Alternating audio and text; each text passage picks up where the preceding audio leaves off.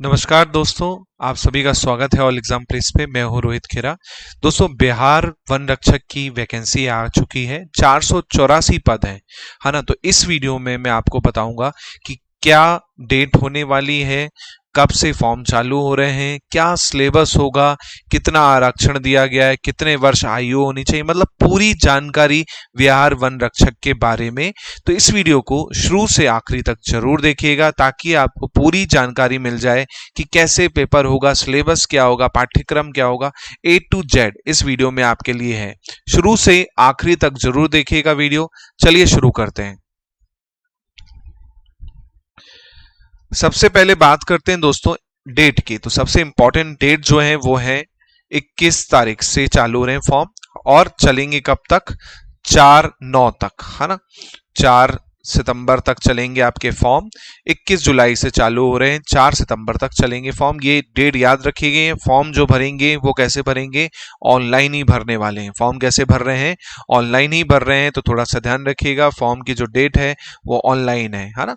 ये 21 से चालू हो जाएंगे, 4 तक चलेंगे। इसी प्रकार आपका एज लिमिट की बात कर रहा हूं मैं, आयु की बात कर रहा हूं। तो 1 जनवरी कट ऑफ रहेगा आपका।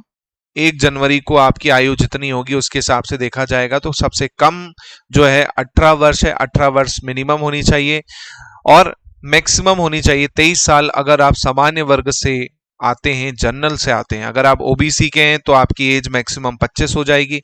इसी प्रकार एसटी और उससे हैं, एसटी से हैं तो 28 हो जाएगी। इसके अलावा जो एज रिलेक्शन होगा वो अलग से डिटेल में आपको देखने को मिलेगा नोटिफिकेशन में। इसी के साथ साथ आपका क्वालिफिकेशन, तो आपकी 10वीं प्लस 12वीं मतलब मैट्रिक होनी चाहिए आपकी। मैट्रिक है तो आप इसमें अप्लाई कर पाएंगे, वरना नहीं कर पाएंगे। तो आपका मैट्रिक है तो जल्दी से भर दीजिएगा। इसके साथ साथ मैं बात कर रहा हूं इसमें इसकी एप्लीकेशन फीस की। तो जनरल ओबीसी को 450 रुपए लगेंगे। इसके अलावा आपका एसटी एससी और एक्स सर्विसमैन को 112 रुपए रहेंगे। पेमेंट आप ऑनलाइन ही कर पाएंगे, है ना। ऑफलाइन पेमेंट का कोई वो नहीं है, प्रावधान नहीं है। ऑनलाइन फॉर्म भरेंगे एटीएम से, डेबिट कार्ड से, है ना। आपका ऑनलाइन इंटरनेट बैंकिंग से, इससे ही आप पेमेंट कर सकते हैं। इसके अलावा आपका बात करते हैं वैकेंसी की। तो आप देख सकते हैं यहां पर सामान्य वर्ग की जो वैकेंसी है 186 वैकेंसी आपको देखने को मिल रही हैं। 186, उसमें भी 35% आप 36 देखें तो आपका आरक्षण रहेगा महिलाओं के लिए, है ना। 1/3 का जो है आरक्षण रहेगा। ऐसे ही 41 ईडब्ल्यूएस में, है ना, इकोनॉमिक वीकर सेक्शन जो है आपका आर्थिक रूप से कमजोर वर्ग है उसके लिए। फिर आपका अनुसूचित जाति के लिए, एससी के लिए, एसटी के लिए, है ना। ओबीसी के लिए कितनी सीट है ना। तो टोटल सीट आप देखेंगे तो 484 है। टोटल सीट है आपकी 484, याद रखिएगा 484 टोटल सीट्स है आपकी। इसी प्रकार आपका फिजिकल होगा। तो फिजिकल के पहले आपका शारीरिक मापदंड होना चाहिए। वो क्या है? कई बच्चों को कंफ्यूजन रहता है कि सर कितना मापदंड होगा तब हम तैयारी करें। तो वो मैं आपको बता देता हूं। अगर आप पुरुष हैं तो आपकी न्यूनतम ऊंचाई 160 होनी चाहिए एससी और एसटी के लिए, और जो जनरल और बाकी कैटेगरी होती है एसटी एससी को छोड़ के उसके लिए 165 सेंटीमीटर है। इसी के साथ साथ न्यूनतम सीना 79 सेंटीमीटर है, और आपका इसके लिए जनरल के लिए 81 है। ऐसे ही 5 सेंटीमीटर फुलाव है, यहाँ पे भी 5 सेंटीमीटर फुलाव है।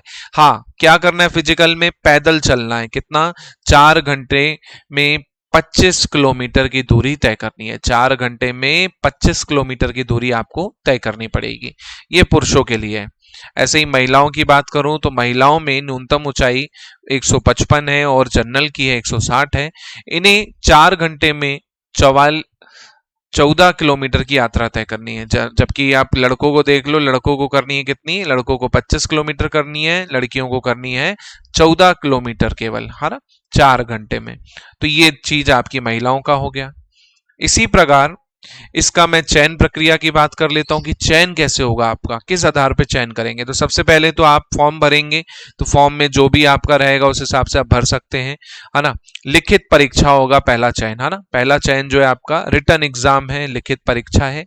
इसमें आपका 10वीं प्लस 12वीं लेवल तक के गणित हो गया, समान विज्ञान हो गया, है ना, उसके प्रश्न होंगे, हिंदी के प्रश्न होंगे, है ना।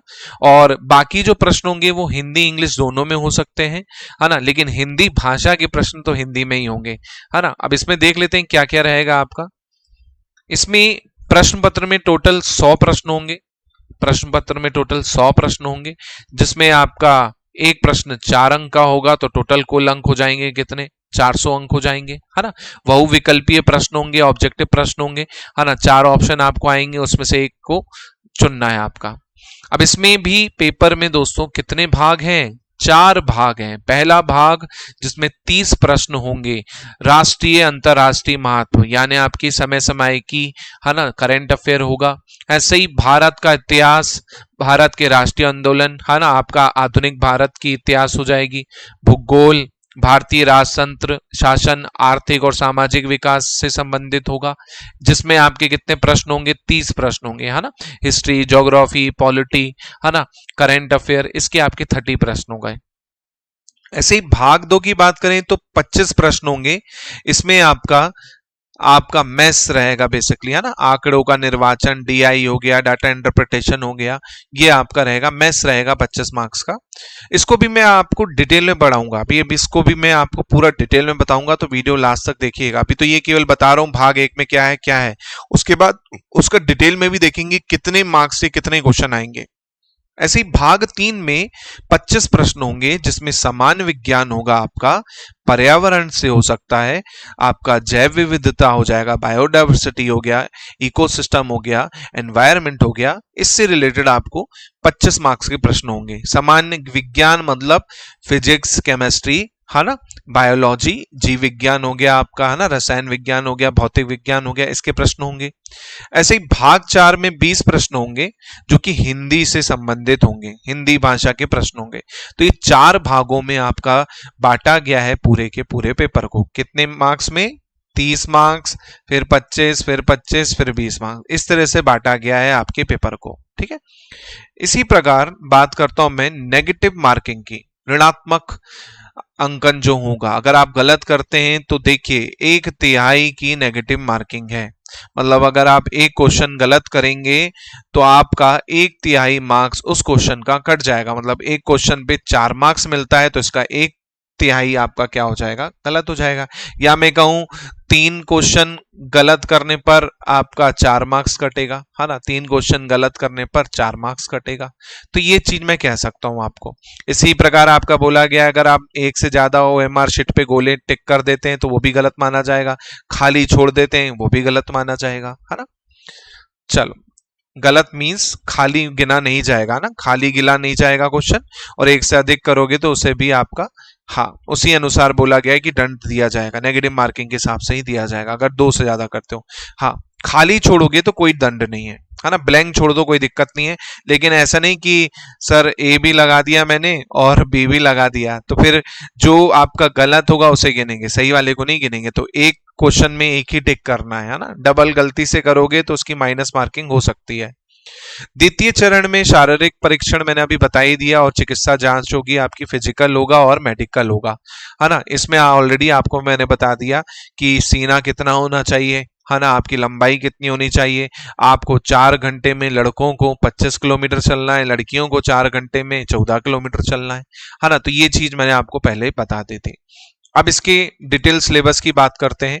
भाग 1 की बात कर रहा हूं, ध्यान से समझिएगा। भाग 1 में 30 अंक के प्रश्न आएंगे आपके, टोटल अंक हो जाएंगे 120, 4 अंक का एक प्रश्न है आपका, है ना।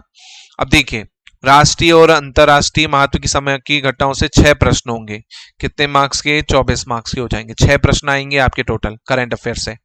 ऐसे ही हिस्ट्री से भी 6 प्रश्न आएंगे आपके।